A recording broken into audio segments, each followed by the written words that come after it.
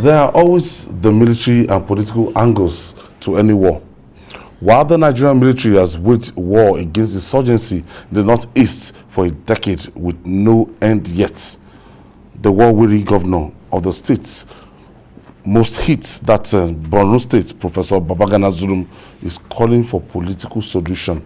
Speaking after a visit to the presidential villa, Abuja, Governor Zulum said, with recent military onslaught and the massive surrender by terrorists, a political solution is now required to end the insurgency by 2023. Echoing this is the commander of the U.S. Africa Command, AFRICOM, that's General Stephen Townsend, who said military forces alone cannot defeat violent extremism, but the use of a 3D approach, namely diplomacy, development, defense, and discussion. Wow, Jide. Yeah. Let's start from Governor Zulum. In the light of those people that, came back and surrendered, and Governor Zulum is now saying that a political solution is required, that, look, from what they've seen so far, that they cannot achieve peace there with 100% military tactics. I agree, and I think it's important for us to vary the choices available to us. I always give the example of Colombia.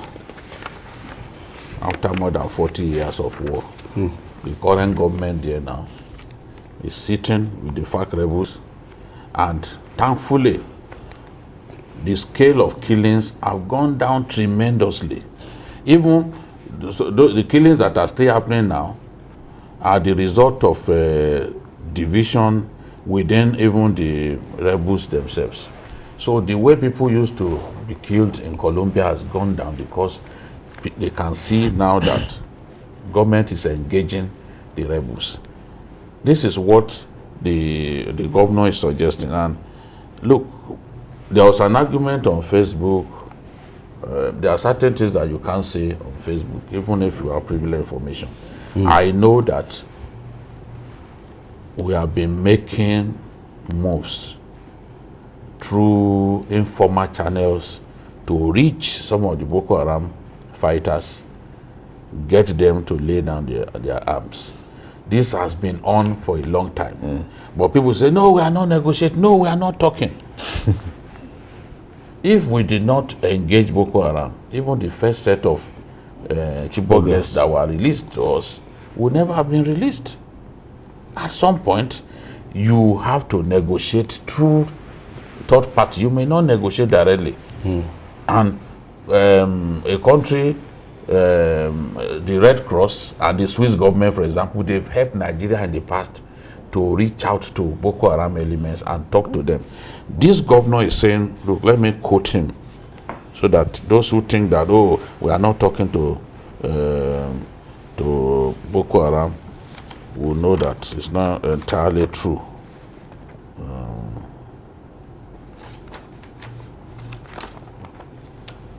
We have decided to engage them through dialogue and mediation with a view to ensuring that many of them lay down their arms. So far, so good. The objective has started yielding positive results. Things are going well. People are being relocated. So the point that is making is through informal channels, you reach some of these people and tell them, look, this war is needless. You can't win this war. The best thing, lay down your arms.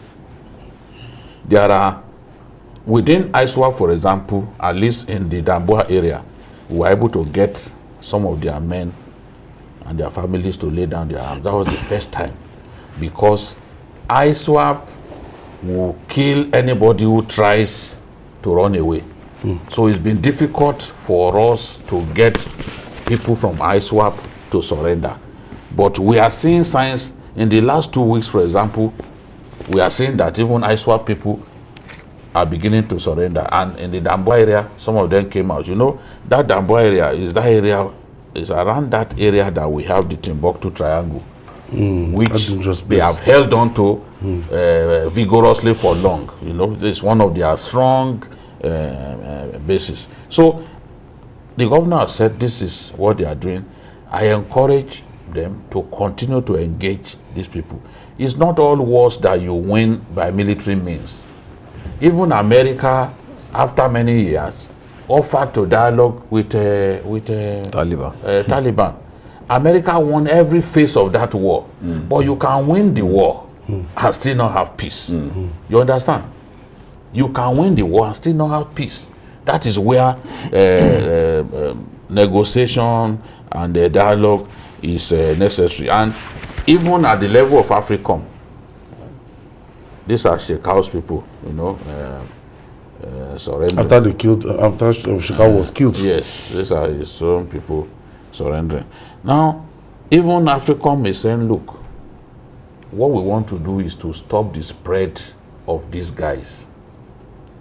Because conflict began in Mali, it has spread to Burkina Faso, it has spread to Niger Republic, and some elements from Niger Republic are coming into our country. So AFRICOM now believes that, look, the best thing to do is to stop their spread, not simply to say you want to exterminate them.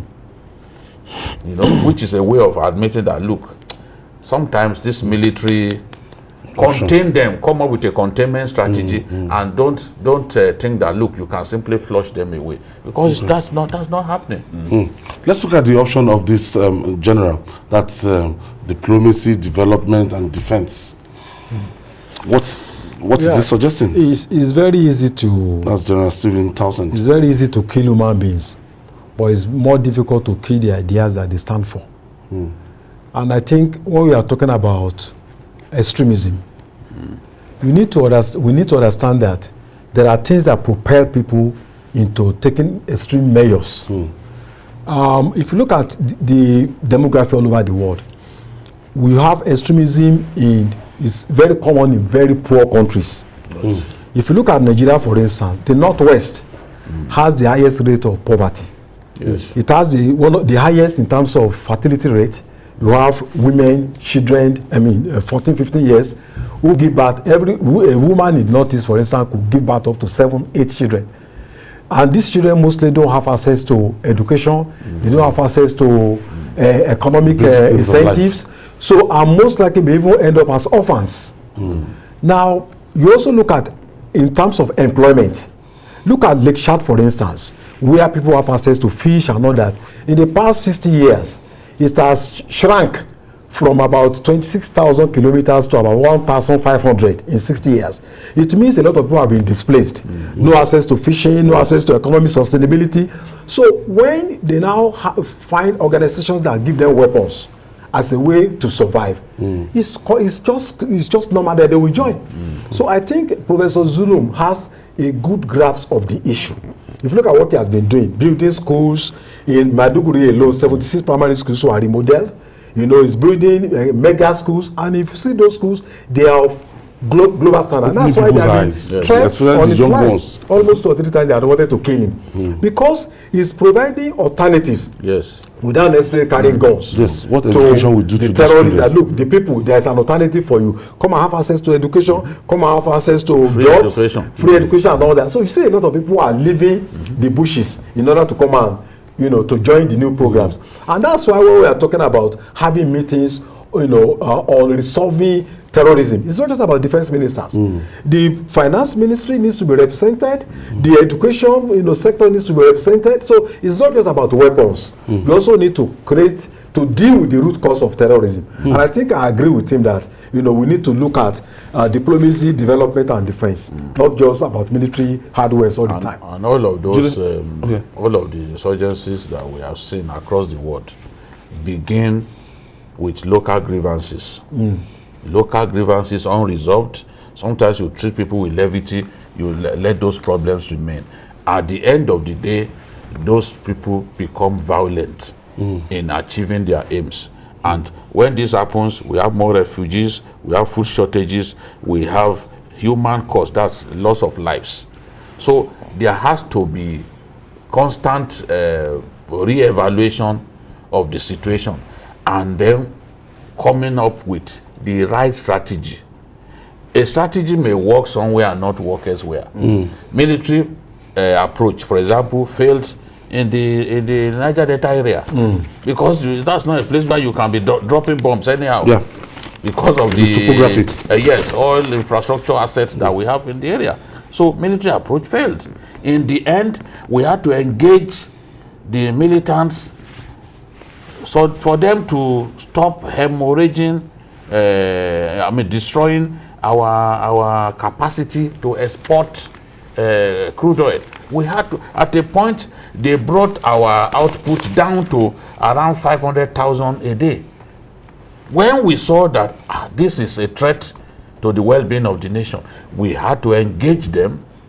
The former Minister of State for Petroleum, Kachiku, the Vice President, and other people, we had to engage them. We made peace with them, and today our oil output at least is between 1.8 to 2 million a day. Okay, Oladoye is calling us from Kaduna State.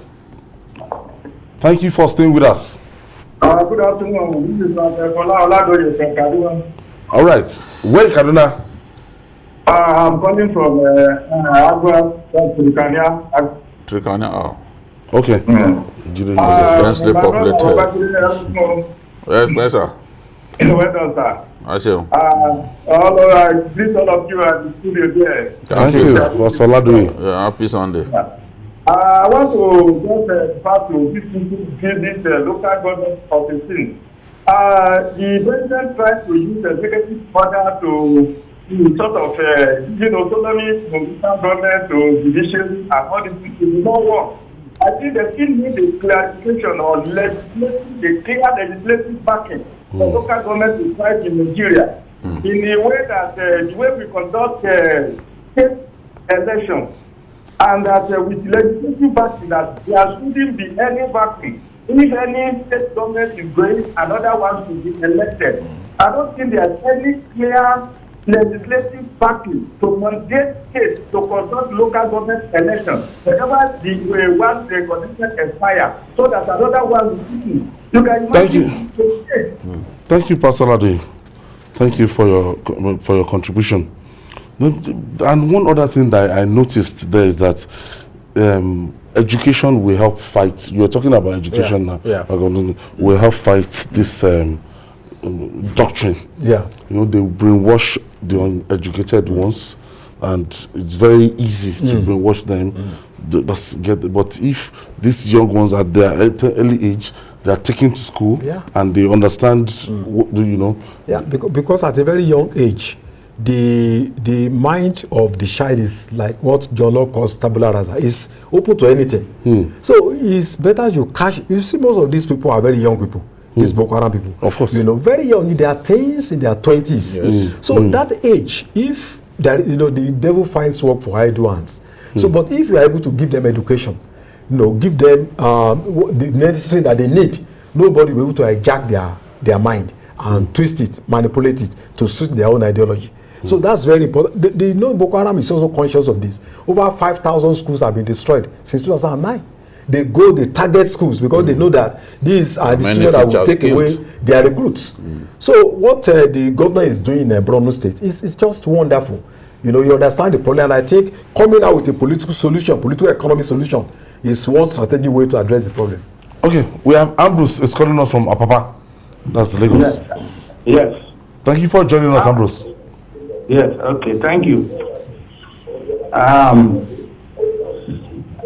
You see, this is my first time of really getting people online. Thank Judy. Congratulations, Ambrose. Thank you, sir. Yeah, thank Judy and co. Yes, so may God continue to give them the grace to continue to do what they are doing. Yeah. Amen. You see, he mentioned that of Zulu in Borno State. That he still tried to compare to what was happening in Niger Delta. And then where the comparison is good, it's not bad. It's not bad, but these people, the Niger Delta, they have a cause. They make reason. Everybody knew where they were fighting. Complete abandonment. That they were abandoned. Never infrastructure, no infrastructure, and nothing.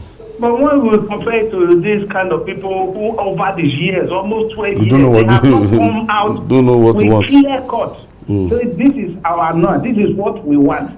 And this is what we want to do. So well, I pray that the present dispensation, what they are trying to do, what Zulu suggested, that in addition to military action, I pray it works. Thank you. Thank you. Thank you for your contribution. It's working already because people are being encouraged to Lay down their arms. they are reaching them through informal channels. As I said, there are things that I can't say on air. Actually, I think some people are even routes, in terms of even the routes through which they are bringing them to come and surrender. So let me not go further. But I know that it's working. And one other thing that I know that might be happening, I think some of them are battle weary. As in, they just Especially to continue to live that kind of life. Shekau people, you know, especially the Shekau people, you know, they've been with Shekau since this whole thing began. Some of them have up to 4 or 5 kids, and all those kids were born in the Sambisa forest. So, and a lot of them too, when Banawi suggested that they should merge the two factions, a lot of them didn't like the idea because they felt, oh, going to Abanawi's faction now, the leadership that we enjoyed, we will no longer, the leadership status that we enjoy, we will no longer have it, and they didn't trust one another.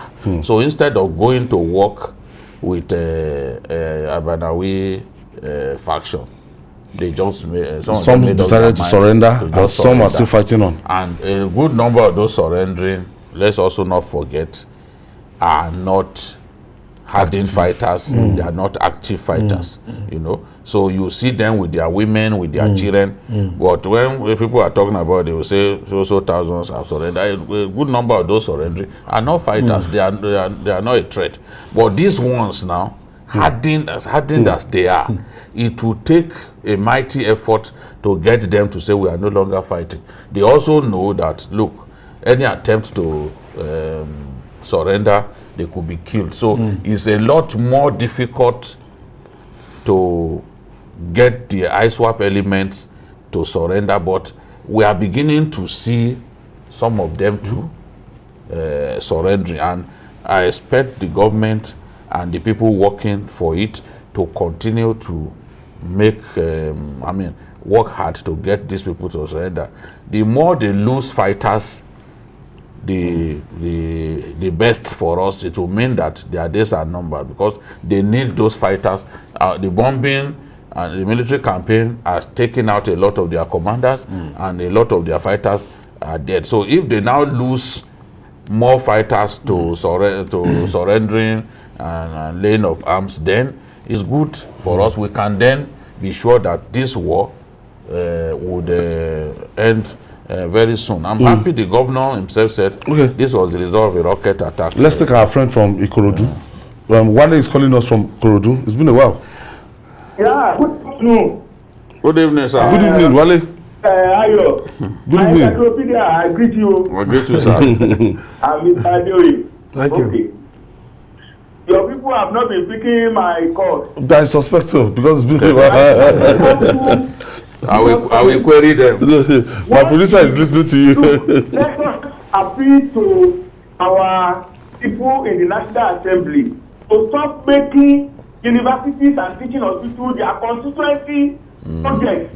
Look, federal government has no money to fund the existing universities and teaching hospitals. And every day, the other time, anyway, my state has benefited in the state, so I know. But the second point is on this issue of insurgency. General Bratai said something. You have not taken cognizance of it.